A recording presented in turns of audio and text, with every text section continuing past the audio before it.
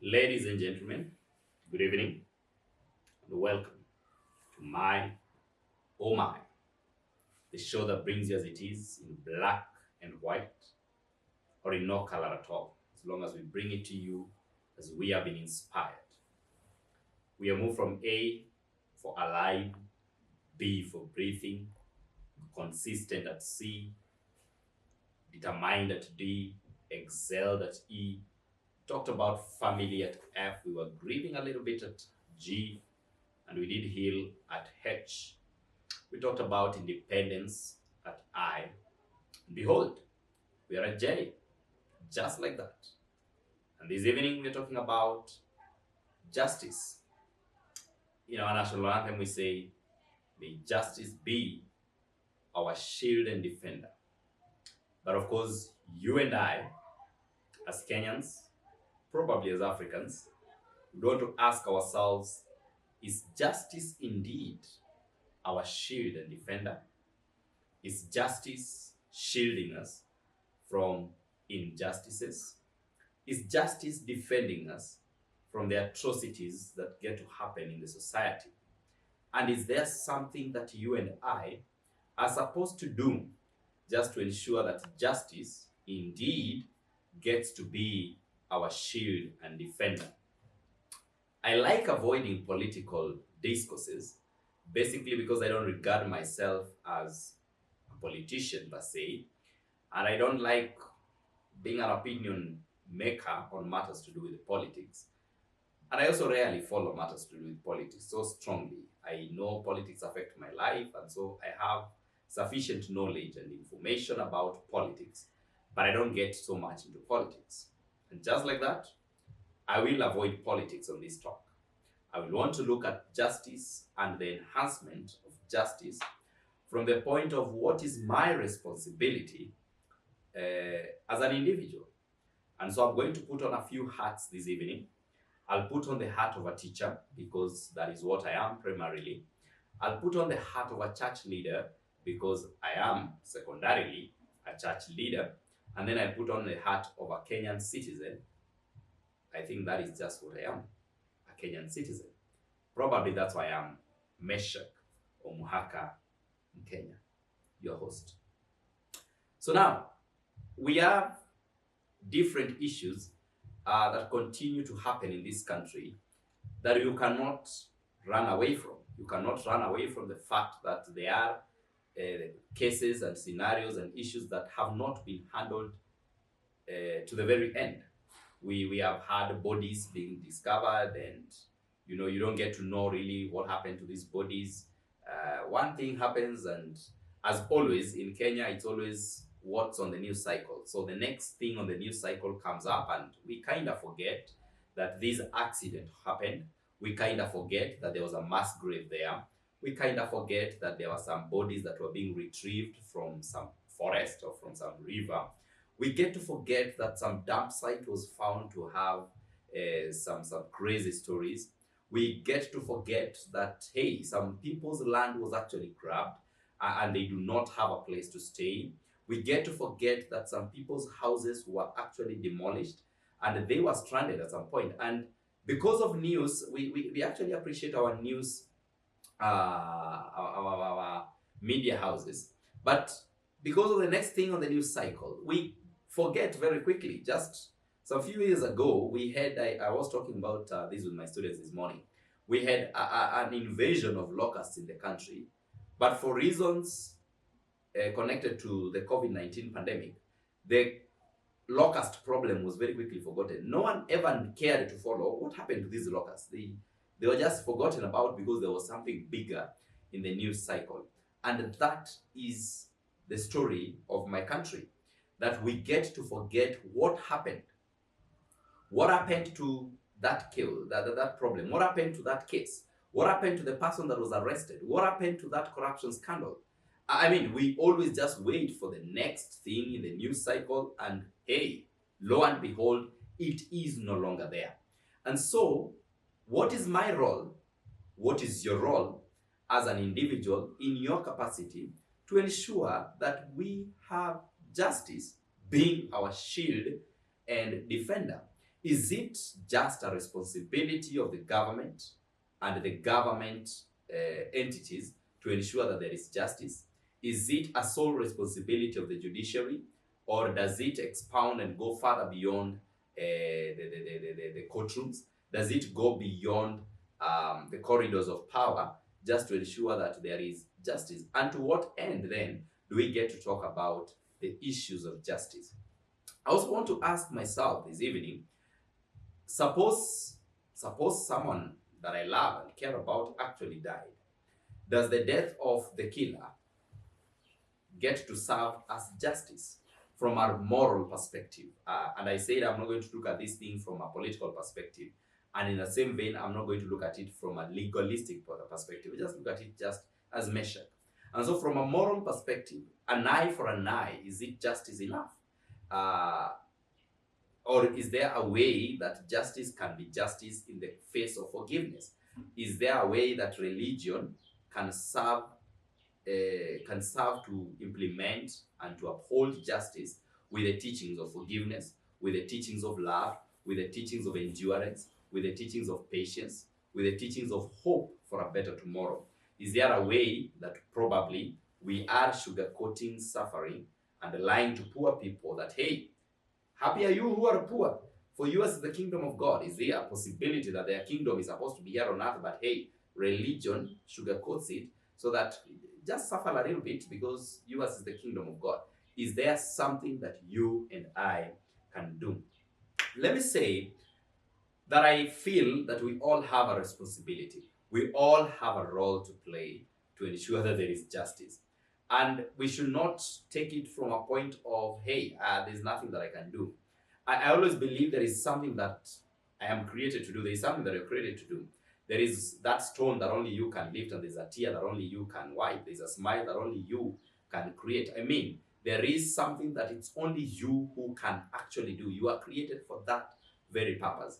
And if everyone would be able to appreciate and understand that we were created with a purpose, we were created for a reason, and we are just going to be here for a season, and so we do not have a millennium to fulfill our purposes, then we are going to make sure that we use appropriately the time and the season that we're going to be on earth to fulfill the very reason why we are here. And so I feel that one, as a teacher, I have a responsibility to ensure that I am bringing up young people that are, one, interested on matters of justice, and two, they understand what their role is. Are people that do not think that Mheshimiwa has more power than they do. Are people that do not feel that, hey, mimi naona from where I am seated that I do not have power, but I think that some rich person has power. And of course, recently we did see the power of the people push the government and push the people who make decisions, the policy makers for us, the legislators and the executive, were pushed to listen to the voice of the people. And so I think that as a teacher and any other teacher that is listening to me, we have a responsibility. And I think I would want to extend it a little bit beyond the teacher. Any person who gets audience with a young person, you may be a preacher, you may be a motivational speaker, you may be whatever, anything. You may be a trainer of different capacities. As long as you get audience with young people in schools, in churches, in barazas, in conferences, in anywhere, make sure we empower these people that, hey, you have a responsibility to play in ensuring that the phrase in our national anthem, "May justice be our shield and defender," gets to be true. That indeed, let justice be our shield and defender. And so, we have a responsibility to hold that shield. Because a shield will not work if at all I don't hold it. A shield gets to be held. One hand must hold a shield and the other one gets to hold the weapon. And so as we talk about may justice be our shield and defender, then let us be ready to hold that shield. Let us not leave it for somebody else. We cannot afford to be Goliaths who get to have an armor bearer, because then some stone is going to hit you and you're going to fall down. You'd rather be the one holding your very own shield and know how to use your shield. And so I think as a teacher, I have a responsibility to train these young people that you have a role to play, and you need to hold on to justice, you need to hold firm to justice, and you need to use it really as your shield and as your defender. And so let them be empowered. Let them know that they have a role to play. Let them know that they can, and so they should. Let them not feel like at some point I will. No. Let them know that they can and they should. And then also let them know that they have a role to pass on that message, not just to the next generation, but to all others. And so let it have a ripple effect. I think we have empowered ourselves a bit too much, but forgot to empower ourselves to empower others. And so I think God had a reason why he would call Abraham and say, I am blessing you so that you would be a blessing to others. God is a God of ripple effects. Even curses get to go to the fourth generation. And so let the teachings that we give, let the knowledge that we're impacting get to have a ripple effect, so that I am training this student to train others as well, to train and affect their siblings, to impact their parents and their relatives and their neighbors, so that eventually everyone gets to know that they have a role to play. But now that is enough of me. Now let's talk about the role the church has to play. And here I am going to get a bit too deliberate, because the church has been hit in the recent past. We have been hit a little bit hard. During election, my very archbishop was hit quite hard because of his involvement with the electoral process. And I chose not to comment about it because I really didn't know on what basis he was being involved. Currently, there is a lot of blow that is going to the church that got to offer us the current pastor, the current chair of Ethics and Anti-Corruption Commission. And in as much as these are individuals, you get to realize they are not individuals. They are representing their mother churches. They are representing the body of Christ. And so they are being looked at as, hey, you are the representation of the church. When you see this bishop appearing from some office with a brown envelope and it looks like, hey, this is an appreciation of something, people are raising questions. How exactly is that justice?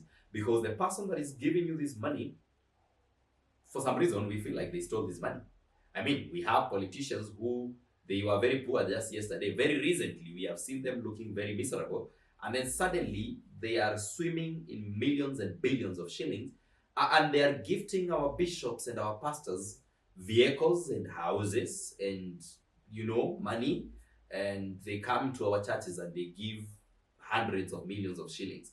I sometimes seek to understand at what point of blessing will I get into my account, because some of this money can't fit in my pocket, will I get into my account and withdraw a whooping 8 million, 10 million, 15 million to buy some random fella who did not even perform any miracle in my life, did not preach such an impactful sermon, really. And some of these people, we know them, we know what they do, but I gift them with some brand new car worth 15 million. At what point of blessing will I do that? And so I have to call out the church where I get to belong and say that we are failing. We really are failing. I don't know whether it is the congregants that are not taking care of their pastors, or the pastors are just too greedy and they're not being satisfied with the very support that is being given. Because of course it is the responsibility of the congregation to take care of the needs of the pastor, depending on the agreements that the church has with this pastor.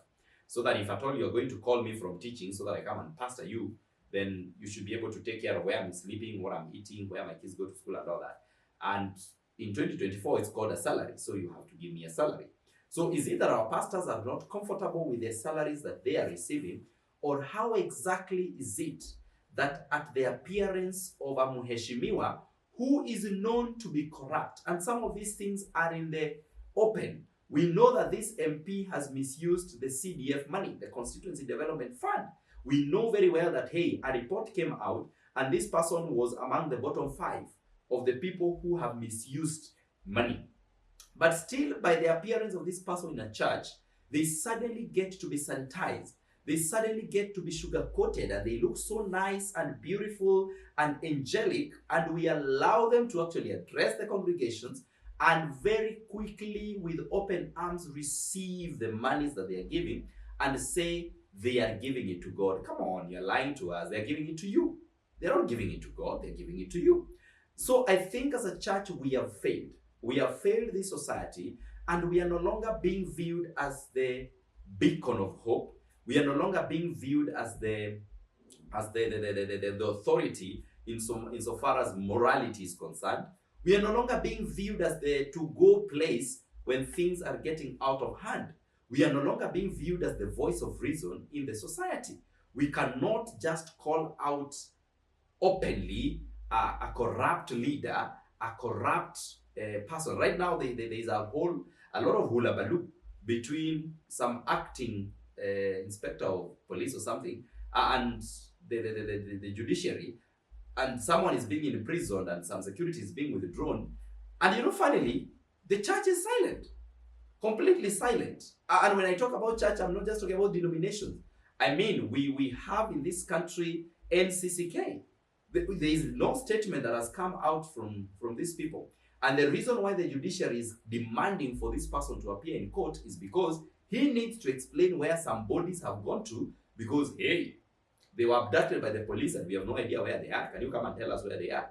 It's not like he's being invited to go and have a cup of tea. It's not like he's being invited to go and, just talk about a few challenges about security here and there. We are talking about human lives, human beings that were abducted, and we have no account for them. And this is the office that is supposed to give us an account, and he has refused to appear in court, and now he has been sentenced, and now he's withdrawing. I'm even wondering how a convict has power to withdraw security from another person. But suddenly the church is silent. The church is not talking. The church is mute. The church is off. They are not talking. And I think that is where we have failed. I think very strongly that Jesus Christ came and had clashes with the Pharisees and the Sadducees and the scribes and the religious leaders of his time because they failed to call out the injustices that existed during their time. And I think that's why Jesus did not really appear during the time of Amos, probably, because Amos called out these injustices. Jeremiah called out these injustices. Where is Elijah that will meet with Ahab and tell him, hey, you have grabbed Naboth's vineyard and it is wrong. It is wrong that you have grabbed this piece of land from a poor man. Where is Nathan that will go to David and say that you cannot just kill and grab somebody's wife? That is wrong. Where is John the Baptist that will look at Herod and say, what you're doing is immoral and it is unacceptable? We do not have such kinds of people. For some reason, today, Ahab and Elijah are friends. They sit down and eat in what they call power national breakfasts and laugh. And there seems to be no problem between Ahab and Elijah. I do not see Elijah being accused of being the troublemaker and him throwing it back to Ahab and saying, no, you are the troublemaker.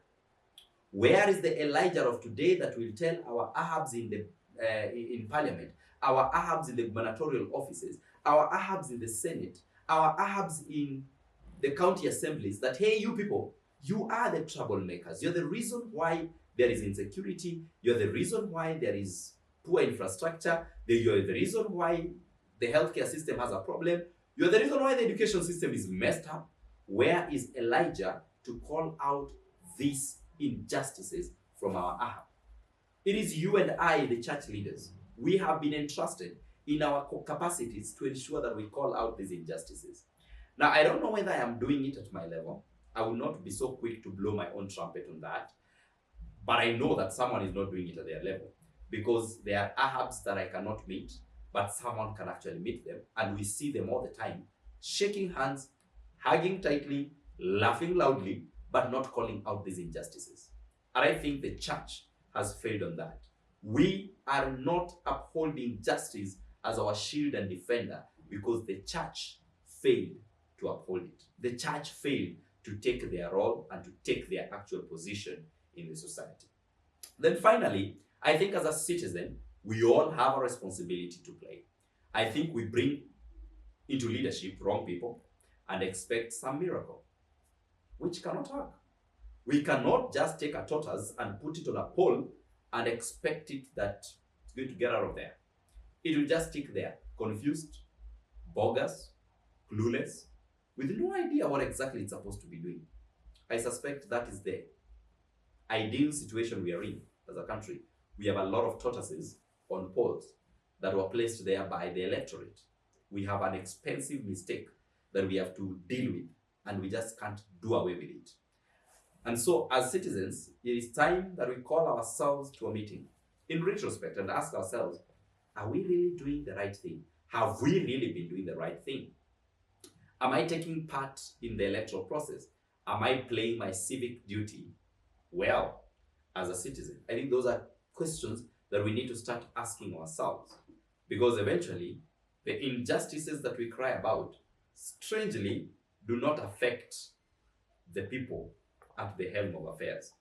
Ahab is comfortable, Naboth is crying. Naboth of today did not inherit Ahab. Ahab got into office. The Ahab of the Bible got into office through hereditary system. But the Ahab of today was actually voted in by Naboth. Very, very strange. And so I don't understand why Naboth would even need to cry, because we voted in this Ahab. And so when Ahab is grabbing our vineyard, we should not really complain as much. When Herod is grabbing our wives, we should not complain as much. When David is killing our husbands, we should not complain as much, because we voted these people into office. And so they will eat, they will grab, they will stash money into overseas accounts, they will get rich quickly, and we will not ask them a thing because we gave them the power. So right now we may not necessarily have much to do, but I will replay this video in 2027 just to remind you and I that, hey, we have a responsibility to play in making sure that the people that we are giving this responsibility, we are assigning this responsibility, the people that we are giving the power to work for us, you know what? We are the ones bringing them to office. And they should ensure that justice is our shield and defender. My heart bleeds for children that would die in a school. And strangely, to this point, no one has been arrested. 20 plus, and I hear others are missing, dead, and no one has been arrested. But Ahab appeared and said, the owner of the school is my friend. Very strange. My heart bleeds for such kinds of people. My heart bleeds whenever I watch on the news and see some people's houses have been demolished, and no one cares where these people are going to live. No one, absolutely no one cares where these people are going to live. Not even live, spend the night. And for some reason, they always pick on a rainy day to demolish these people's houses. My heart bleeds for such people. Yet no one gets to be arrested. No one gets to take responsibility. My heart bleeds whenever I see such kinds of things. But I remember, at least I can change the generation of tomorrow because I am shaping the lives of people as a teacher. At least I can take some responsibility and confront an Ahab and say, you are the troublemaker. And at least you and I can take some chance, some responsibility, and just elect in people who are going to uphold justice and make it our shield and defender. So think about it. What role have you played in the injustices that have continued to play and continued to make us bleed? Sometimes they just entertain us. Eventually they make people rich. Eventually they give people something. And our media houses get something to air. Maybe if we did not have these things, we might not even have what to air on some of our channels. So give it a thought this evening. May justice be your shield and defender. I have been your host, Meshach Omuhaka Mkenya. This has been my Oh My. Follow me on Twitter, it's X, and Facebook, TikTok, Instagram, Meshach Omuhaka Mkenya. Mkenya daima.